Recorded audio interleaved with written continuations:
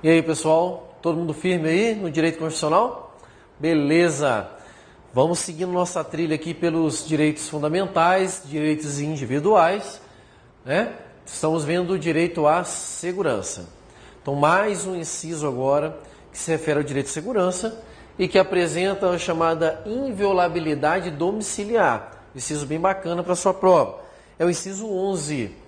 Vamos dar uma lida nele? A casa é asilo inviolável do indivíduo, ninguém nela podendo penetrar sem consentimento do morador, salvo em caso de flagrante delito, desastre ou para prestar socorro, ou durante o dia por determinação judicial. O que nós temos aqui? Nós temos uma garantia constitucional, chamada de inviolabilidade domiciliar, que garante a você que ninguém vai entrar na sua casa sem o seu consentimento. A regra é, a casa é asilo inviolável. Então, ninguém entra sem consentimento do morador. Prestem atenção. Consentimento do morador, já que eu em prova, o proprietário está errado. O consentimento tem que ser do morador. Imagina você mora de aluguel, tem que ter consentimento do proprietário? Não. É de quem está morando na casa. Muita atenção, porque esta regra não é uma regra absoluta.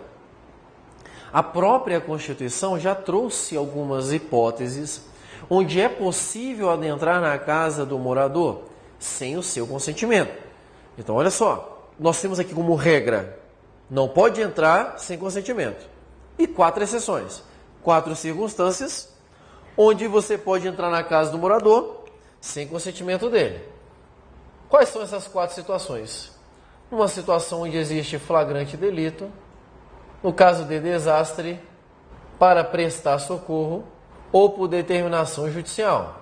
A regra é que ninguém pode entrar na sua casa sem o consentimento do morador, salvo nessas 4 hipóteses: flagrante delito, desastre, prestar socorro e determinação judicial.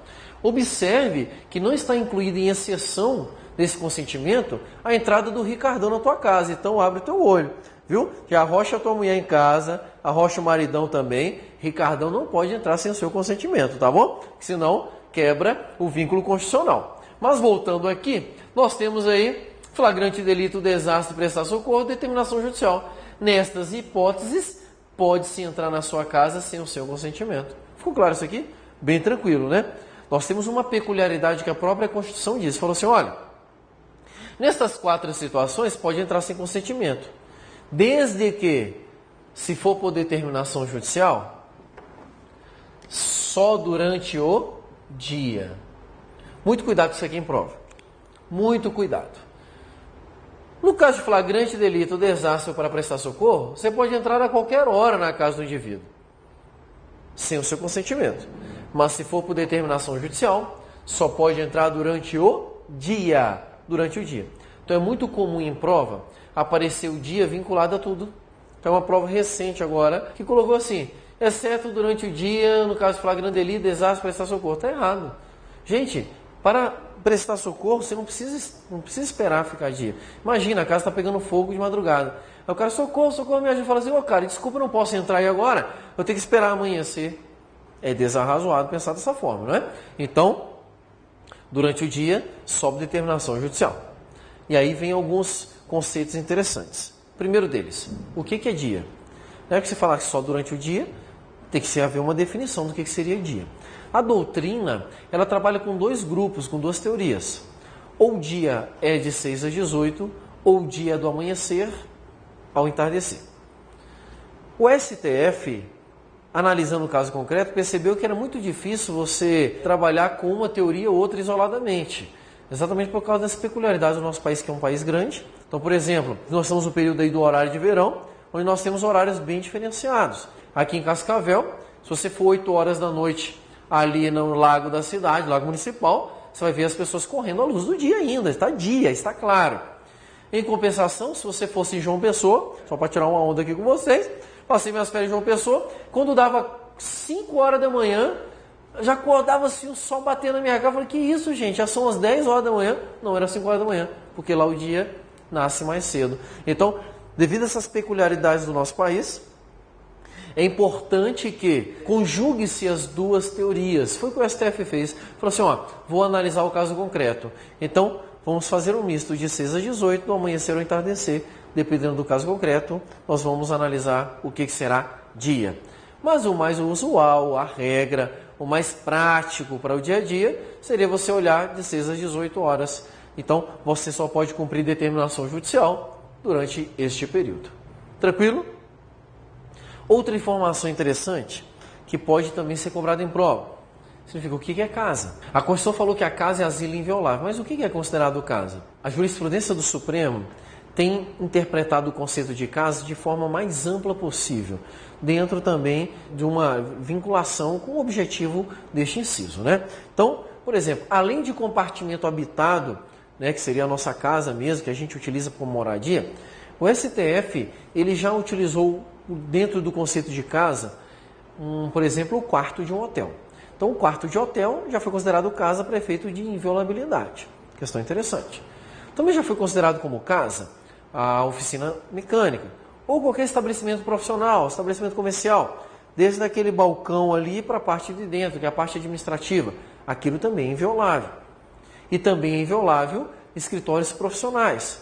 Então, por exemplo, o escritório de um advogado já foi considerado pela jurisprudência como sendo inviolável, equiparando-o à casa. Ok? Vimos então, inviolabilidade domiciliar é uma questão que sempre aparece nas provas, então muito cuidado com ela. Mais um inciso interessante que vai nos apresentar aqui, aquilo que nós chamamos de princípio da inafastabilidade da jurisdição. O princípio da inafastabilidade da jurisdição está previsto aí no inciso 35, que eu quero que vocês leiam comigo agora. A lei não excluirá da apreciação do Poder Judiciário lesão ou ameaça a direito. O princípio da inafastabilidade da jurisdição também é chamado pela doutrina como princípio do livre acesso ao Poder Judiciário, ou então simplesmente como direito de ação. Que é o quê?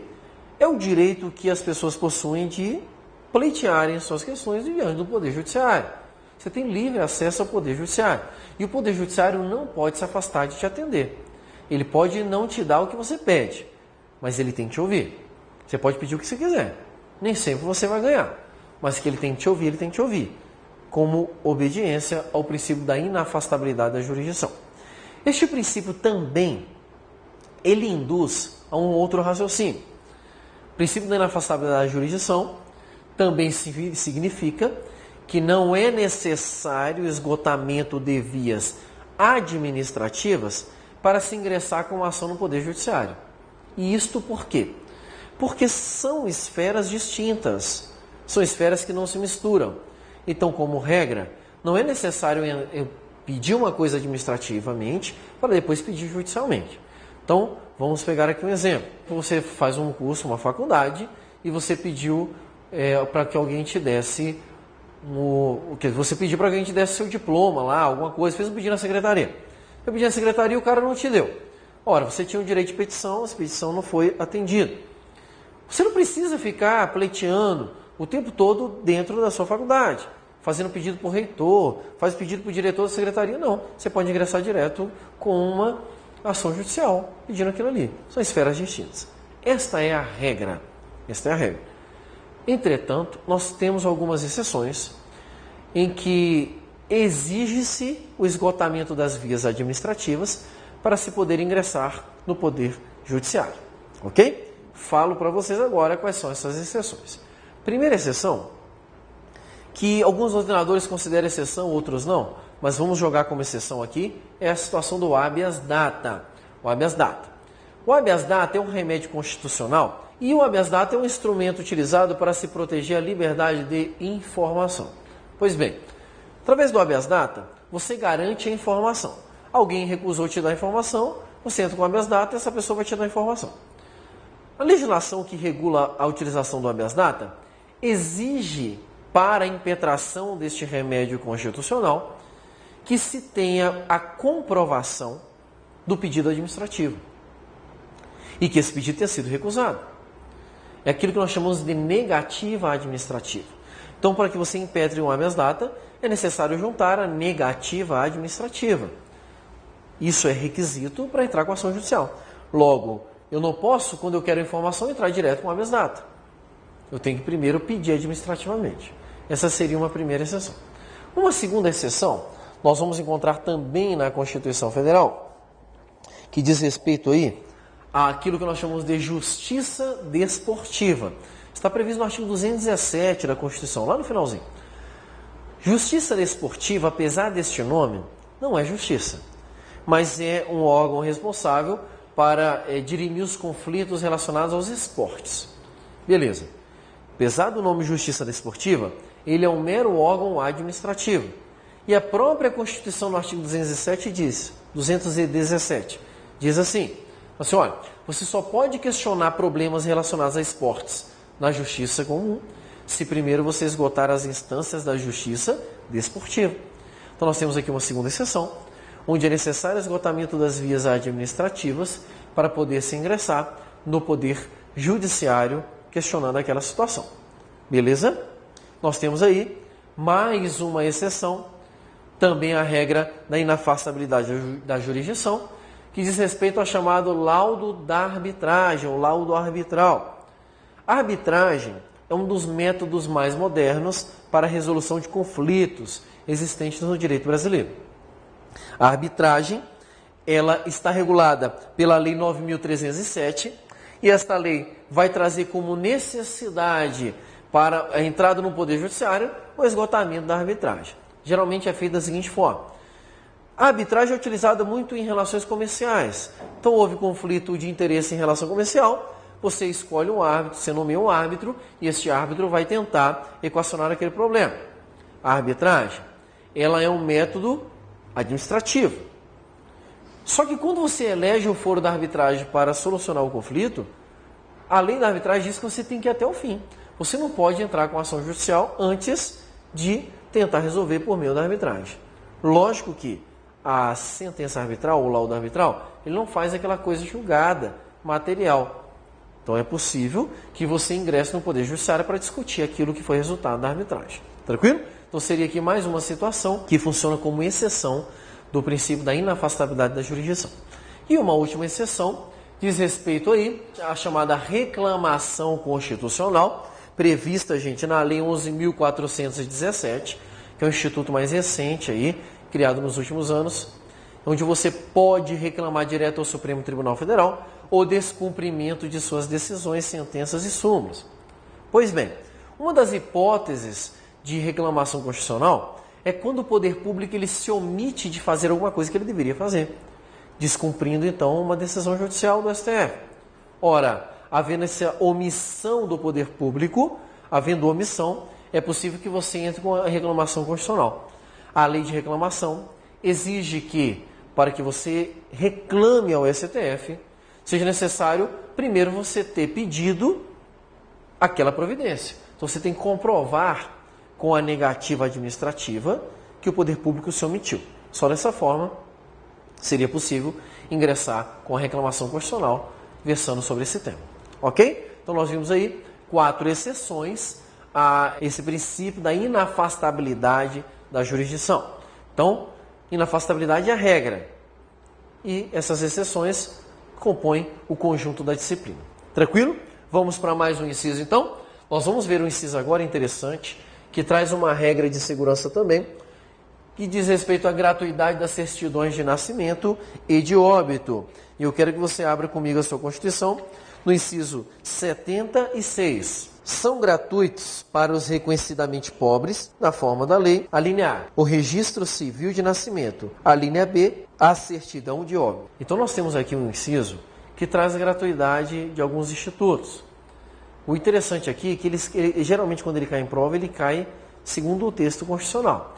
Então eles gostam muito de omitir essa palavrinha que está no meio aí, para os reconhecidamente pobres. E por que eles omitem? Porque segundo a Constituição, a gratuidade, tanto do registro de nascimento quanto da certidão de óbito, só é garantida aos reconhecidamente pobres. E ser reconhecidamente pobre hoje no Brasil é aquele cara que declarou-se como pobre, não consegue cuidar das suas necessidades vitais básicas. Pois bem, você deve estar em casa agoniado aí, imaginando, ué, mas eu registrei meu filho semana passada, eu sou rico e eu não precisei pagar, foi gratuito. Por que a Constituição diz que a gratuidade é só para os reconhecidamente pobres? Então, aqui nós temos uma outra face deste tema e que pode também já caiu em prova. Existe uma lei, que é a Lei de Registros Públicos, Lei 6.015, que é a Lei de Registros Públicos. Essa lei ela traz uma ampliação deste benefício. A Lei 6.015 ela diz que a gratuidade do registro de nascimento e certidão de óbito será garantida a todas as pessoas referente ao primeiro registro e à primeira certidão de óbito. Ou seja, enquanto a Constituição diz que é garantido só para os reconhecidamente pobres, a lei amplia este benefício dizendo que ela vai ser gratuito desde que a primeira para todas as pessoas. E da segunda em diante, a segunda via em diante, somente para os reconhecidamente pobres. Então o que ela fez aqui? Ela pegou um direito previsto no artigo 5º e ampliou o seu benefício. Nós encaramos esta visão como uma visão doutrinária, uma visão legal, diferente da visão da Constituição. Na tua prova pode cair as duas. Se cair segundo a Constituição, responda segundo a Constituição. Mas se ele trabalhar de uma forma de te provocar para um conhecimento além do texto constitucional, você vai responder segundo o previsto na Lei 6.015, segundo a doutrina. Tranquilo? Beleza? Vamos para mais um instituto aí. Nós temos aqui mais um instituto, o da celeridade processual, prevista aí no inciso 78 da Constituição. A todos, no âmbito judicial e administrativo, são assegurados a razoável duração do processo e os meios que garantam a celeridade de sua tramitação. O que nós temos aqui? Nós temos aqui o princípio da celeridade processual. Esse princípio da celeridade processual, ele diz que os processos, eles têm que ser rápidos, né? E isso tem muito a ver com a realidade brasileira. Imagina, tem pessoas que ficam na justiça aí há 20 anos trabalhando, estudando, ali, lutando pelo seu direito. Por isso que esse inciso foi inserido na Constituição, para tentar trazer mais rapidez aos processos. Veja que a Constituição Federal afirmou que essa celeridade, que esta rapidez, que essa eficiência no processo tem que ser tanto nos processos judiciais quanto nos processos administrativos. Isso é uma informação importante. Às vezes nós não estamos percebendo, mas já tem sido adotado algumas medidas para tentar trazer mais celeridade ao processo, mais rapidez ao processo. Apesar da Constituição falar em razoável duração do processo, não ficou estipulado um prazo certo para a duração dos processos. Então, alguns processos, tanto administrativos como judiciais, possuem leis que estabelecem prazo. A maior parte não. A maior parte fica pela própria duração administrativa. De forma que, quais medidas já foram adotadas para tentar trazer mais rapidez aos processos? Uma primeira medida, e aí no âmbito da ordem judicial, eu poderia elencar aqui, tentando trazer mais celeridade, foi a criação dos juizados especiais. Então, o juizado especial é uma das formas que se existe hoje na justiça brasileira para tentar resolver os problemas de forma mais rápida. Quem nunca foi beneficiado pelo juizado especial? Se você nunca foi, um dia vá lá conhecer. Mas o juizado especial, você consegue um julgamento e uma resposta em curto espaço de tempo, cerca de poucos meses. Você já está com o seu direito na sua mão. Só que o juizado especial ele tem um público restrito. Ele só atinge e só é direcionado para aquelas pessoas que têm uma causa com valor baixo. Então, você tem ali até 20 salários mínimos sem advogado, até 40 salários mínimos é necessário ter advogado. Mas o limite para você usar o juizado especial seria 40 salários mínimos, o que daria em torno aí hoje de aproximadamente R$20 mil. Causas até este valor podem ser pleiteadas no juizado especial. Vale a pena, é muito mais rápido. Além desta medida, foram adotadas outras no Poder Judiciário, como, por exemplo, a criação de súmulas vinculantes. As súmulas vinculantes são os pensamentos consolidados do Supremo Tribunal Federal e que são vinculantes, ou seja, obrigam os julgamentos de todo o Poder Judiciário e de toda a esfera administrativa do Poder Executivo. Todo mundo tem que obedecer a súmula vinculante. Por que isso? Para se evitar que chovam ações versando sobre o mesmo tema que já foi pacificado em uma súmula vinculante. Então, por exemplo, quando o STF quer parar com uma discussão inútil, ele edita uma súmula vinculante e todo mundo fica vinculado a ela. Todo mundo vai ter que obedecê-la, com exceção do Poder Legislativo, que é o titular da criação da norma. O Poder Legislativo, ele tem liberdade para modificar, criar normas, então a súmula vinculante não alcança poder sobre ele.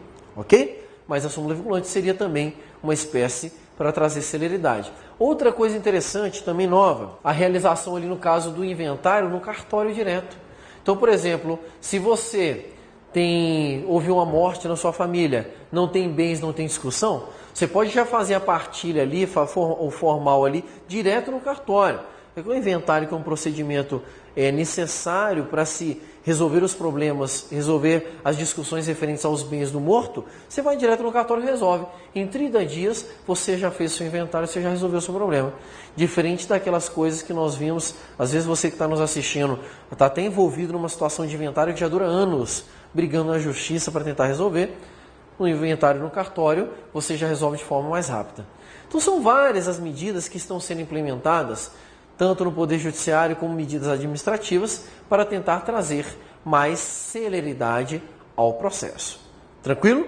Vamos ver mais um inciso aí? O Estado indenizará o condenado por erro judiciário, assim como o que ficar preso além do tempo fixado na sentença. Nós temos um inciso aí que traz garantia constitucional para aquele camarada que está preso.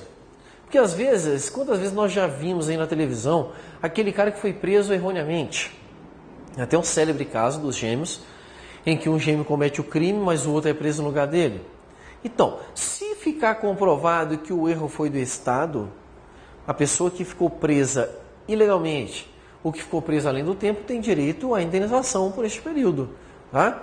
Lógico que você vai ter que comprovar a participação do Estado de forma equivocada, houve um erro estatal.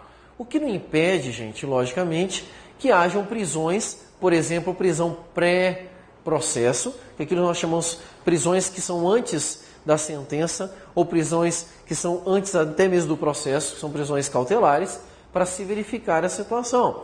Então, por exemplo, se você for preso em flagrante delito, suspeita da prática de um crime, e depois configurar que você não cometeu aquele crime, você não tem direito à indenização, porque aquela prisão foi legal. É uma prisão que é permitida e é tolerada no direito brasileiro.